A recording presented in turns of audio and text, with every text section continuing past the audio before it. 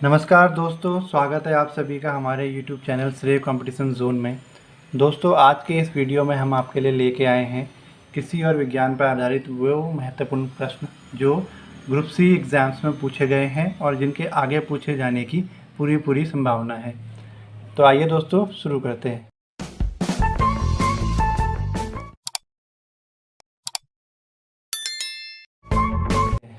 सबसे पहला क्वेश्चन दोस्तों इसमें है, भारत की औसत फसल चक्र गहनता कितनी प्रतिशत है?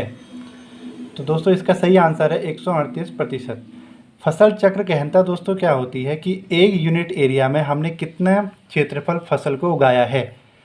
क्योंकि हम एक ही ज़मीन पर एक से अधिक बार खेती करते हैं, इसलिए ये हमेशा 100 से ज़्यादा रहती है और वर्तमान में इसकी वैल्यू जो है वो 138% है।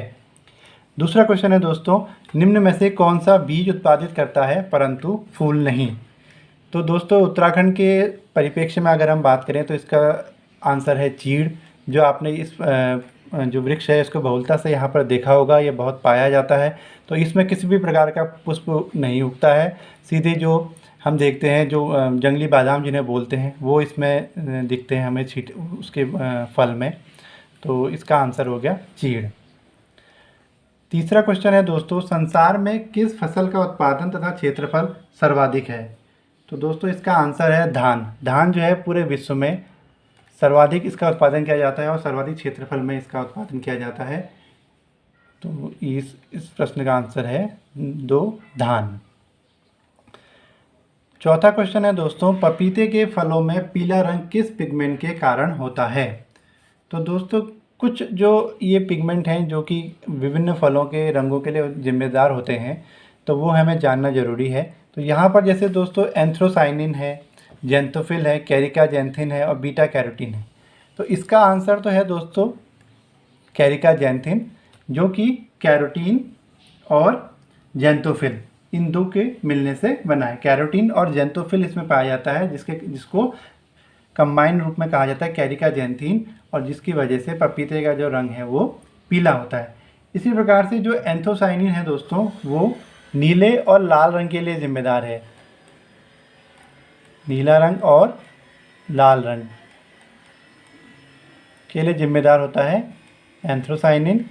और जो जेंथोफिल है दोस्तों ये पीला और नारंगी रंग के लिए जिम्मेदार होता है। अगर यहाँ पर कैरिका जैंथिन नहीं होता, केवल जेंथोफिल होता, तो वो आंसर भी इसका सही हो जाता, क्योंकि ये भी जो है पीला और ये भी इसमें पाया जाता है, इसलिए ये भी जो है पीले और नारंगी रंग के लिए जिम्मेदार है। तो कैरिका जैंथिन मैंने आपको बता ही दिया है। इसी प्रकार का होता है बीटा कैरोटीन, ये भी पीले रंग के लिए जिम्मेदार है। इसके अलावा जैसे लाइकोपीन होता है वो चमकदार लाल रंग के लिए जिम्मेदार है, जैसे टमाटर में पाया जाता है। तो इस प्रकार कुछ जो ये वर्णक है, पिगमेंट हैं दोस्तों, इनका हमें जानना जरूरी है कि इनकी वजह से किसी फल का रंग कैसे निर्धारित होता है। अगले क्वेश्चन में चलते हैं, सिगाटोका किस फल वृक्ष से संबंधित है? तो सिगाटोका जो है एक रोग है, ये केले के वृक्ष में पाया जाता है। केले के जो पत्ते हैं वो इस रोग के कारण जो हैं इस रोग से ग्रसित हो जाते हैं। तो सिगाटोका जो है केले से संबंधित है। अगला है दोस्तों, कल्याण सोना एक किस्म है। तो कल्याण सोना जो है दोस्तों वो गेहूं की एक किस्म है। तो गेहूं के उत्पादन बढ़ाने के लिए कल्याण सोना किस्म को बनाया गया था। ये जिन क्षेत्रों में पानी की कमी है उन क्षेत्रों में भी गेहूं की अच्छी पैदावार हमें प्रदान करती है, इसलिए कल्याण सोना एक इम्पॉर्टेंट किस्म है गेहूं की। अगला क्वेश्चन है दोस्तों, सेब का कौन सा भाग खाया जाता है? तो दोस्तों सबसे पहले इसका आंसर है गुद्देदार पुष्पासन। अब दोस्तों यहाँ पर एक क्वेश्चन और अधिकतर पूछा जाता है कि सेब आभासी फल है या सत्य फल है, सत्य फल है या असत्य फल है। इस प्रकार के क्वेश्चन भी बहुत पूछे जाते हैं। तो दोस्तों सेब एक आभासी या असत्य फल है, या झूठा फल भी बोला जाता है। ऐसा सत्य और असत्य किस आधार पर बोला जाता है दोस्तों? उसका रीज़न होता है, अगर जो फल है वो अंडाशय से बने, जो फल है अगर वो अंडाशय से बने तो उसे सत्य फल कहा जाता है। लेकिन अगर जो फल है वो अंडाशय के अलावा किसी अन्य हिस्से से बने, पौधे के किसी अन्य हिस्से से बने, तो उसे आभासी, असत्य या झूठा फल कहा जाता है। तो क्योंकि सेब में जो है फल सेब जो सेब होता है वो पुष्पासन से बनता है, तो इसलिए सेब जो है एक असत्य फल है। चलिए दोस्तों आगे बढ़ते हैं। फलों में अधिकतर कौन सी शर्करा पाई जाती है? तो इसका आंसर है दोस्तों फ्रक्टोज। तो इसको याद करने का तरीका ये हो सकता है कि जैसे फल को इंग्लिश में फ्रूट बोलते हैं, तो फ्रूट से फ्रक्टोज, इसको हम ऐसे याद रख सकते हैं। तो फलों में अधिकतर फ्रक्टोज पाया जाता है। फिर है सेब के फल में लाल रंग का कारण क्या है?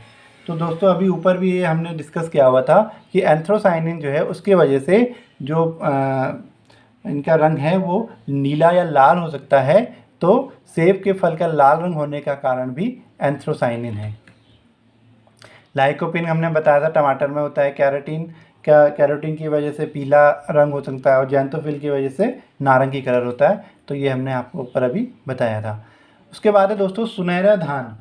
तो सुनहरे धान में क्या पाया जाता है? तो इसका आंसर है दोस्तों पहला विटामिन ए। सुनहरे धान में विटामिन ए पाया जाता है क्योंकि इसमें जो है बीटा कैरोटीन नामक जीन पाया जाता है। बीटा, थोड़ा सा दोस्तों मैं इसमें लिखने में थोड़ा सा अभी ना सही से नहीं लिख पा रहा हूँ, धीरे धीरे इसकी आदत हो जाएगी। तो इसमें बीटा कैरोटीन पाया जाता है। बीटा कैरोटीन का जो जीन है वो जब हमारे शरीर में प्रवेश करता है तो उसको विटामिन ए में परिवर्तित कर देता है। तो सुनहरे धान जो है इसकी जो खोज की गई थी, इसको जो बनाया गया था वो इसीलिए बनाया गया था क्योंकि विटामिन ए की कमी को दूर किया जा सके। तो इसलिए विटामिन ए, सुनहरे धान का ये अपनी इम्पोर्टेंस है कि ये इसमें विटामिन ए पाया जाता है और साथ ही इसमें जो बीटा कैरोटीन है वो पाया जाता है। इस वजह से इसकी इम्पोर्टेंस है। फिर आया दोस्तों अल्फ़ा। अल्फ़ा क्या है? तो अल्फ़ा दोस्तों एक घास है। अल्फ़ा एक, इसको हम औषधीय घास भी कह सकते हैं या औषधीय पौधा भी कह सकते हैं। इसका प्रयोग बहुत सारी बीमारियों के इलाज में इसका प्रयोग किया जा रहा है वर्तमान में, चाहे वो शुगर ले लें या इससे संबंधित जो अन्य रोग होते हैं उनके लिए इसका प्रयोग किया जा रहा है। अगला क्वेश्चन है दोस्तों 1 हेक्टेयर में कितने वर्ग किलोमीटर होते हैं? तो दोस्तों 1 हेक्टेयर में जैसा कि हम जानते हैं कि 10,000 स्क्वायर मीटर होते हैं। 10,000 स्क्वायर मीटर होता है। अब हमें इसको वर्ग किलोमीटर में करना है, तो वर्ग किलोमीटर करने का मतलब इसको हमें 1000 इंटू 1000 से डिवाइड करना पड़ेगा क्योंकि एक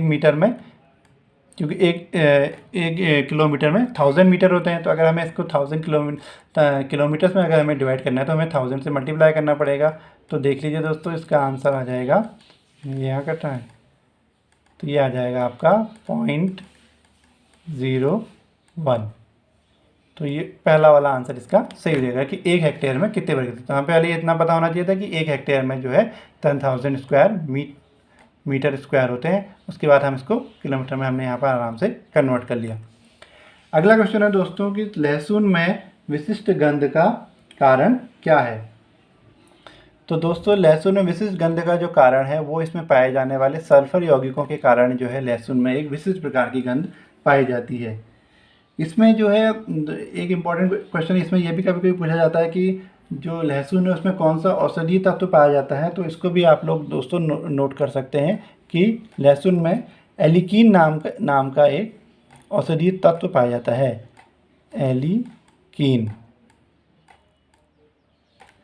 एलिकीन नाम का एक औषधि तत्व भी पाया जाता है जो कि इसको एक बहुमूल्य औषधि के रूप में हमारे सामने लाता है। उसके अलावा सल्फर यौगिक इसमें पाए जाते हैं जो इसके विशिष्ट गंध का कारण है। अगला क्वेश्चन है दोस्तों आयरन सर्वाधिक मात्रा में किस में पाया जाता है? तो आयरन जो है सर्वाधिक मात्रा में सेब में पाया जाता है। जो नीचे दिए गए ऑप्शंस हैं उसमें सर्वाधिक मात्रा में सेब में पाया जाता है। इसके अलावा पालक में हम जानते हैं कि आयरन बहुत अधिक मात्रा में पाया जाता है, चुकंदर में पाया जाता है। तो इन ऑप्शंस में सबसे ज़्यादा जो है सेब में पाया जाता है। उसके बाद अगला क्वेश्चन है दोस्तों कौन सा तेल हृदय रोगियों के लिए उपयुक्त है? तो हृदय रोगियों के लिए सबसे उपयुक्त जो इनमें से तेल है वो है दोस्तों सूरजमुखी का तेल। इसके अलावा अगर कभी क्वेश्चन में ऑप्शंस हो जैसे जैतून का तेल, वो भी काफ़ी उनके लिए उपयुक्त रहता है। जैतून या ऑलिव ऑयल जिसको बोलते हैं, जैतून का तेल। तो यहाँ इन ऑप्शंस में अगर देखा जाए तो सबसे ज़्यादा जो है वो सूरजमुखी का तेल जो है हृदय रोगियों के लिए उपयुक्त माना गया है क्योंकि इसमें क्या पाया जाता है, सूरजमुखी के तेल में, इसको भी कभी कभी ऐसे क्वेश्चन भी आता है कि सूरजमुखी के तेल में कौन सा एसिड पाया जाता है, तो इसको भी हम यहाँ पर नोट कर लेते हैं कि इसमें जो है ओलिक एसिड पाया जाता है। ओलिक एसिड पाए जाने के कारण जो है इसका जो इम्पोर्टेंस है हृदय रोगियों के लिए ये बहुत उपयुक्त है। अगला क्वेश्चन है दोस्तों, छिली हुई सब्जियों को धोने से इनमें से कौन सा विटामिन निकल जाता है। तो दोस्तों इसका आंसर है, अगर हम छिली हुई सब्जियों को धोते हैं तो इनमें से विटामिन सी जो है वो निकल जाता है। तो इसलिए सब्जियों को छीलने से पहले अगर धो के हमें प्रयोग करना चाहिए, अदरवाइज उसमें से विटामिन सी जो है वो निकल जाएगा। निम्न में से कौन सी खरीफ की फसल नहीं है। तो दोस्तों सबसे पहले तो हमें पता होना चाहिए रबी की फसल और खरीफ की फसल में को कैसे पहचानेंगे। तो इसका एक सिंपल तरीका मैं आपको बताता हूँ। रबी की फसल तब बोई जाती है जाड़े के दिनों में। तो हम इसको याद रखने का एक तरीका मैं आपको बताऊँ, जैसे कि जाड़े के दिनों में हमें रबी अर्थात सूर्य की ज़रूरत होती है। तो हमें जब सूर्य की ज़रूरत है तो उन फसलों को बोने के लिए रबी को हम ऐसे याद रख सकते हैं कि रबी की फसलें अर्थात जो जाड़े की फसलें हैं, और खरीफ की फसलें जो ग्रीष्म ऋतु में बोई जाती हैं, ग्रीष्म ऋतु में उगाई जाती हैं। तो इनमें से देखिए सरसों जो है वो जाड़े के मौसम में बोया जाता है, तो इसलिए ये एक रबी की फसल है और खरीफ की फसल नहीं। इसके अलावा जबकि जो कपास, मूंगफली और मक्का है, ये तीनों जो है खरीफ की फसलें हैं। अगला है दोस्तों, फेलेरिस माइनर किस फसल का खरपतवार है। तो फेलेरिस माइनर दोस्तों जो है गेहूं के फसल का खरपतवार है। फेलेरिस माइनर जो है गेहूं की तरह ही दिखने वाली घास है जो कि गेहूं के साथ उगाती है, और इसको हमें पहचानने में बहुत कठिनाई होती है कि गेहूं कौन सा है और फेलेरिस माइनर कौन सा है। इस वजह से जो हमारे गेहूं का उत्पादन है वो 30 से 40% तक कम हो जाता है इसकी वजह से। इसलिए ये एक बहुत खतरनाक खरपतवार है गेहूं के लिए, और इसको रासायनिक तौर पे या फिर इसको भौतिक रूप से हमें इसको निकालना बहुत ज़रूरी है गेहूं की खेती के लिए। तो फेलेरिस माइनर याद रखिएगा, गेहूं के लिए बहुत खतरनाक खरपतवार है। उसके बाद है दोस्तों, भारतीय दलहन अनुसंधान केंद्र कहाँ स्थित है। तो दोस्तों इसका आंसर है, जो दलहन अनुसंधान केंद्र है हमारा वो कानपुर में स्थित। दलहन अर्थात जितनी भी हमारी दालों से संबंधित जो रिसर्चें होती हैं वो कानपुर में है। इसके अलावा दोस्तों कभी कभी एक क्वेश्चन और आता है कि भारतीय तिलहन अनुसंधान के, तिलहन अर्थात जिनसे हमें तेल की प्राप्ति होती है, ऐसे बीज, ऐसी फसलें हैं जिनसे हमें तेल की प्राप्ति होती है, चाहे सरसों हो चाहे मूंगफली हो। तो इस प्रकार के जो हमारा जो तिलहन अनुसंधान केंद्र है वो है दोस्तों हैदराबाद में। तो इसको याद रखिएगा कि जो तिलहन का है वो है हैदराबाद में, और जो दलहन का है वो है हमारा कानपुर में। अगला क्वेश्चन है दोस्तों, केंद्रीय धान अनुसंधान संस्थान कहाँ स्थित है। केंद्रीय धान अनुसंधान संस्थान कहाँ स्थित है। तो दोस्तों इसका आंसर है कटक में। कटक उड़ीसा में केंद्रीय धान अनुसंधान संस्थान स्थित है। उसके बाद है दोस्तों, भारत में वर्तमान में कितने कृषि विज्ञान केंद्र स्थापित हैं। तो दोस्तों इसका आंसर है 722। वर्तमान में भारत में 722 कृषि विज्ञान केंद्र स्थापित हैं। ये अपडेट होते रहते हैं, और इसकी लेटेस्ट जानकारी के लिए हम आईसीआर की जो वेबसाइट है उससे हम ये डाटा ले सकते हैं कि अभी वर्तमान में कितने कृषि विज्ञान केंद्र वर्तमान में संचालित हैं। तो इसके लिए हम आईसीआर की साइट को विजिट कर सकते हैं, और वहाँ से मैंने ये लेटेस्ट डाटा लिया है। 722 वहाँ पर दिया गया है अभी वर्तमान में कृषि विज्ञान केंद्रों की संख्या। उसके बाद अगला क्वेश्चन है दोस्तों कि किसान दिवस कब मनाया जाता है।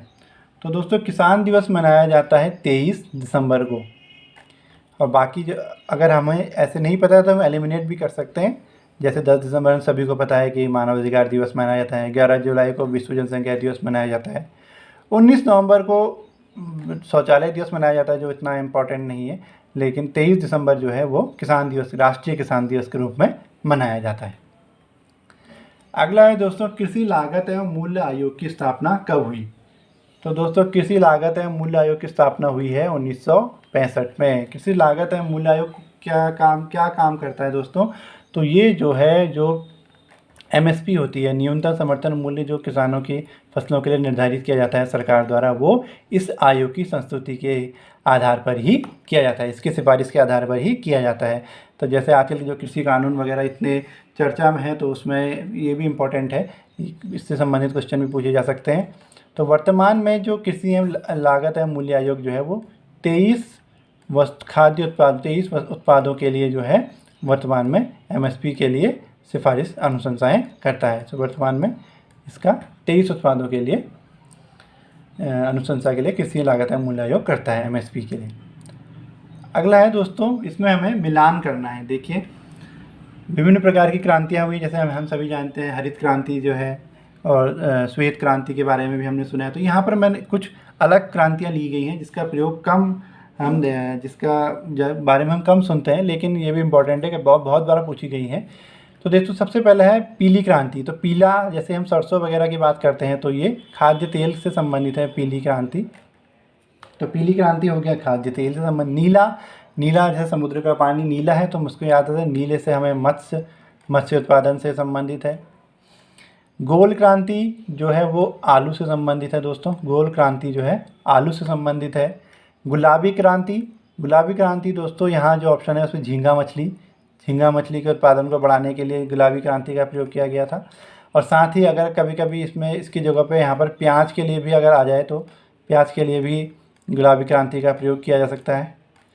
रजत क्रांति का प्रयोग दोस्तों अंडा उत्पादन को बढ़ाने के लिए रजत क्रांति का प्रयोग किया जाता है। और सुनहरी क्रांति जो है वो हमारे जो हॉर्टिकल्चर, जो बागवानी से संबंधित जो हमारे उत्पाद हैं उनको बढ़ाने के लिए हम सुनहरी क्रांति का प्रयोग करते हैं। तो ये दोस्तों ये क्रांतियाँ भी इम्पोर्टेंट हैं, क्योंकि ये उतनी ज़्यादा चर्चा में नहीं रहती हैं, इसलिए अगर जब पूछी जाती हैं तो कभी कभार हम इसमें समझ नहीं पाते कि किससे संबंधित हैं। तो ये इम्पोर्टेंट है। बाकी हरित क्रांति, श्वेत क्रांति ये हम पहले ही बहुत बार सुन चुके हैं। अगला है दोस्तों, निम्न में से कौन सा हार्मोन पौधों में वृद्धि हेतु आवश्यक है। तो दोस्तों यहाँ पर पौधों के हार्मोन की बात हो रही है। तो जैसे हम जानते हैं कि इंसुलिन हो गया, एस्ट्रोजन हो गया, थायरॉक्सिन हो गया, ये सभी जो है प्राणी हार्मोन है, अर्थात ये हमारे शरीरों में पाए जाते हैं, प्राणी के शरीर में पाए जाते हैं। तो केवल साइटोकिनिन ही एक ऐसा हार्मोन है जो पौधे की वृद्धि के लिए आवश्यक। तो इसका आंसर है साइटोकिनिन। अगला है दोस्तों, गमोसिस बीमारी किससे संबंधित है। तो दोस्तों गमोसिस बीमारी जो है ये नींबू वर्ग के फलों, जितने भी फल हैं उनसे संबंधित है। चाहे संतरा ले लें, मौसमी ले लें, नींबू ले लें, तो इसमें जो है गमोसिस बीमारी, जो सिट्रस हमारे फ्रूट्स हैं उनसे संबंधित है ये गमोसिस बीमारी। इसमें क्या होता है कि जो इनके वृक्ष का तना है, तने से जो है वो एक गोंद सा पदार्थ स्रावित होने लगता है, जिस कारण जो है वृक्ष जल्दी ही क्षय हो जाता है, वृक्षों का जल्दी ही वो नष्ट हो जाते हैं। अगला क्वेश्चन दोस्तों इसमें 27वां है, निम्न में से कौन सा प्रथम सफल क्लोन जंतु है। खरगोश, भैंस, भेड़ या बकरी। तो दोस्तों इसका आंसर है, सबसे पहला जो सफल क्लोन जंतु बनाया गया था वो है भेड़। सन 1996 में 1996 में ये पहली बार स्कॉटलैंड में बनाया गया था। और इस भेड़, कभी कभी इसका नाम भी पूछ लिया जाता है दोस्तों कि पहले सफल क्लोन जंतु का क्या नाम है। तो इसका जो नाम है वो है डॉली। डॉली नाम की भेड़ सबसे सफल क्लोन जंतु है। अगला क्वेश्चन देखते हैं दोस्तों कि इबोला वायरस का नाम लिया गया है शहर के नाम से, प्रांत के नाम से, पर्वत के नाम से या नदी के नाम से। तो दोस्तों इसका सही आंसर है, इबोला वायरस का नाम जो है वो अफ्रीकी गणराज्य में कांगो देश में इबोला नदी बहती है, वहाँ से लिया गया, अर्थात ये नदी के नाम से लिया गया है। और इसकी जो सबसे पहली जो इसकी पाया गया, ये सबसे पहले सन 1976 में पाया गया था। ये बड़ा ही ख़तरनाक वायरस है दोस्तों, इसका अभी तक कोई इलाज भी है, कोई एंटीबायोटिक भी हमें इसका नहीं प्राप्त हुआ है। तो इसलिए इबोला वायरस बहुत ही ख़तरनाक वायरस है, जो कि अफ्रीकी गणराज्य में बहुत अधिक देखने को, अफ्रीकी महाद्वीप में बहुत अधिक देखने को मिला है। अगला है दोस्तों, आलू में ब्लैक हार्ट रोग का कारण क्या है। तो दोस्तों आलू में ब्लैक हार्ट रोग का जो कारण है वो है ऑक्सीजन की कमी। क्योंकि जो ब्लैक हार्ट रोग है ये किसी जीवाणु के द्वारा नहीं होता है, क्योंकि ये कोई जैविक रोग नहीं है, ये एक अजैविक रोग है, ये एक अजैविक रोग है, तो जिस वजह से ऑक्सीजन की कमी के कारण ये रोग आलू में पाया जाता है। तो अगला क्वेश्चन देखते हैं दोस्तों, लास्ट क्वेश्चन इसमें है 30वां क्वेश्चन, अंतर्राष्ट्रीय चावल अनुसंधान संस्थान कहाँ स्थित है? तो दोस्तों अंतर्राष्ट्रीय चावल अनुसंधान स्थित है फिलीपींस में। कहीं कहीं पर इसका आंसर मानीला भी ऑप्शन का भी आता है, तो ये फिलीपींस की राजधानी मानीला होने से भी ये आंसर भी इसका सही माना जाएगा। तो जो अंतर्राष्ट्रीय चावल अनुसंधान संस्थान है वो मानीला में, फिलीपींस मानीला में स्थित है। तो दोस्तों आज के लिए इतना, आज की वीडियो में हम ये 30 क्वेश्चन आपके लिए लेके आए थे। ऐसे ही हम धीरे धीरे साइंस, एग्रीकल्चर, इसके अलावा हिस्ट्री, पॉलिटी के 30-40 क्वेश्चनों का ऐसे एक स्पेशल पेपर आपके लिए लेके आएंगे, जो कि आगे के एग्ज़ाम्स में आपके बहुत हेल्पफुल रहेगा। तो बने रहिएगा हमारे चैनल के साथ। धन्यवाद।